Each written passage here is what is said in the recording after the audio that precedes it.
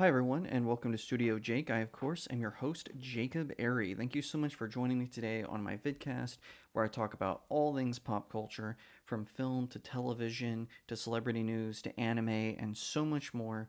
I've got a really fun topic to talk to you about. Man, this is great. But before I dive into it, like this video, share it out to everyone, leave me a comment, and I would really appreciate it if you would press that subscribe button. I'm trying to reach 1,000 subscribers, and I'm over 760. So I'm making some progress. I'm over halfway, and every single subscription helps. So thank you so much. All right, so like I said, I like to talk about celebrity news, and that includes celebrities who are part of high society, as we like to say. And that would be Prince Harry and Meghan Markle. So, what are the royal rogues up to these days? Well, it's not so much what they are up to, but after the whole fiasco with where they claimed that they were involved in a 2-hour high speed chase through Manhattan trying to get away from the paparazzi, and it turned out it was like a 20-minute drive from their hotel to the party they were going to with all the fancy friends and everything in between. They've come under a lot of scrutiny since this one, and I really think that they're waking up to this fact. Prince Harry, he's always blaming the media for his problems. Now, I don't like the media. Anyone who watches this channel knows that I find the American corporate press repugnant. I think the same of the European press. I think the same of the UK press. The UK press, man, they need some standards as far as reporting the news because they are terrible at it. I remember one time an activist was literally just reading the news outside of a courtroom, and they were arrested, and the press cheered that person on, cheered that arrest on because they're morons, not realizing that it could be used against them in the future, of course. But whatever. The point is, I don't like the press.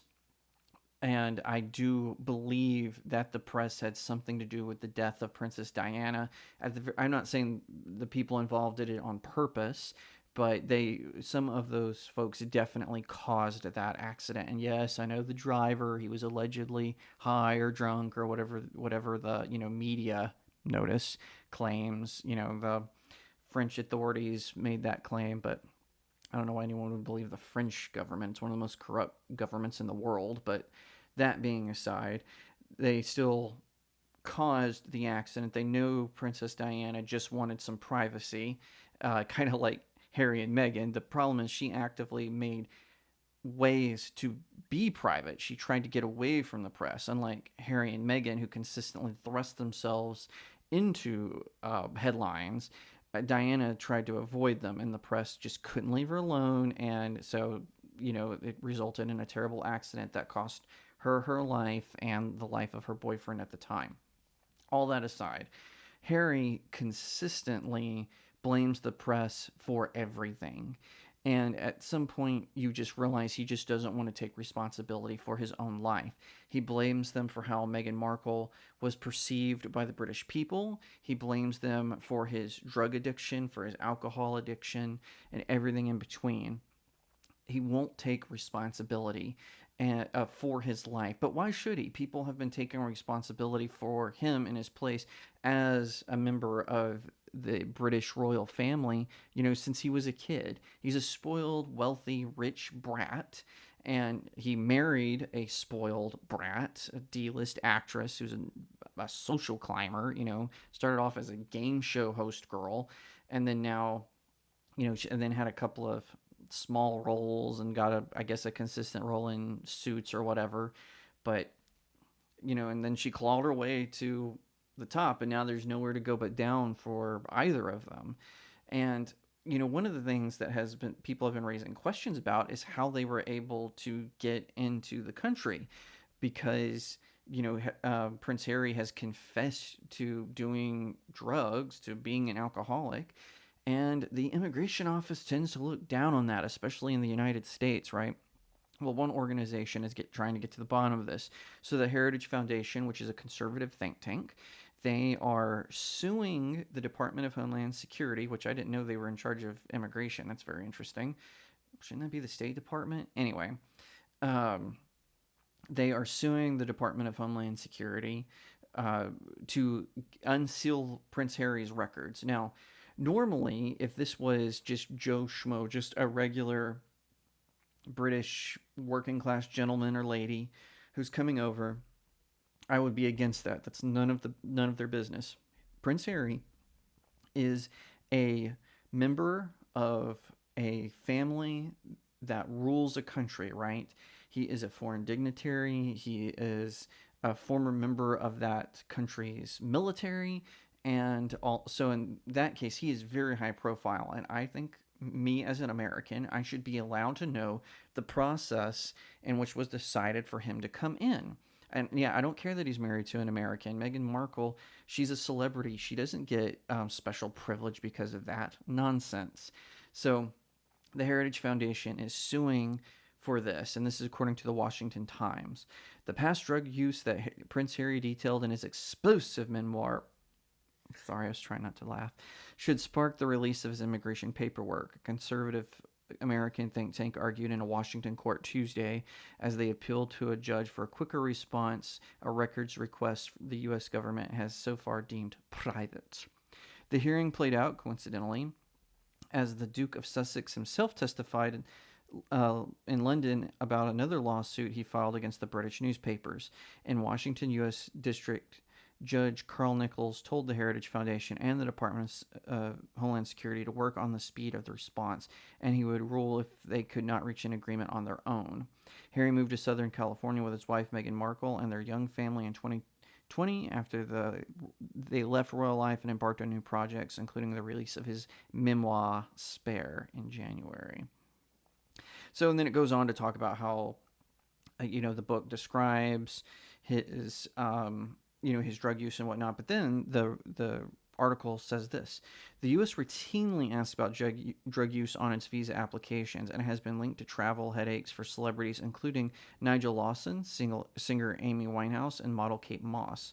But acknowledgement of past drug use doesn't necessarily bar people from entering or staying in the country. Exactly. So this kind of puts, and I also saw a Heritage Foundation spokesperson being interviewed by Megyn Kelly.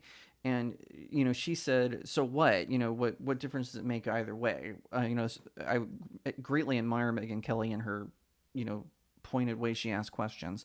And so the spokesperson, and I'm paraphrasing here, basically said, well, if he didn't admit to drug use in his application, then he's a liar and he should be immediately deported.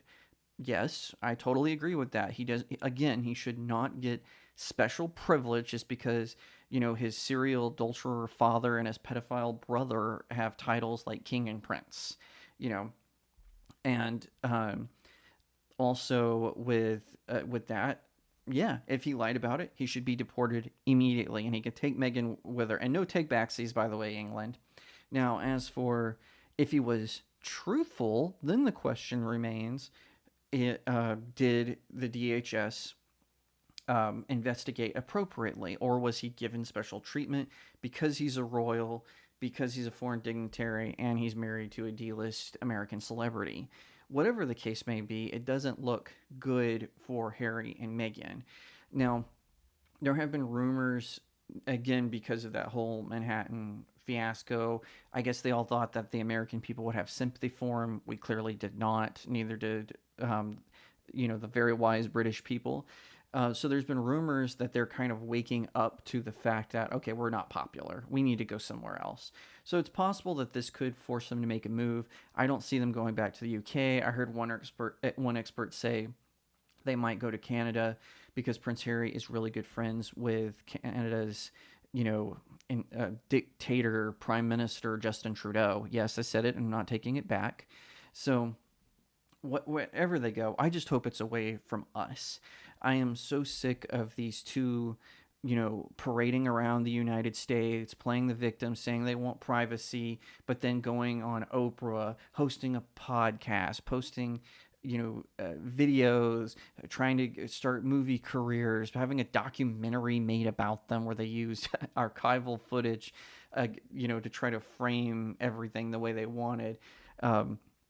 it's just it's just out of step, out of line. And this goes to something I've always said. And in British people, the opposite of what I'm about to say is true. Americans need to stop their fascination with what's going on in England.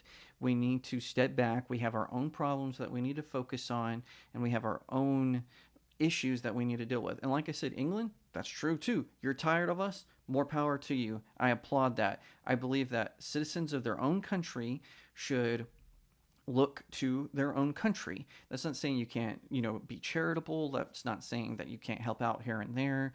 But this obsession that America has with British royalty is absolutely absurd. And, Harry and Meghan are a symptom of that issue. And, we need to see them off. And if Harry does get deported, back to Sussex, no takebacksies, England. He's all yours after that. You can keep him and his wife. We don't want them. So I really hope that the Heritage Foundation makes headway with this. If anything, and like I said, if there was no propriety, then Prince Harry should not be punished.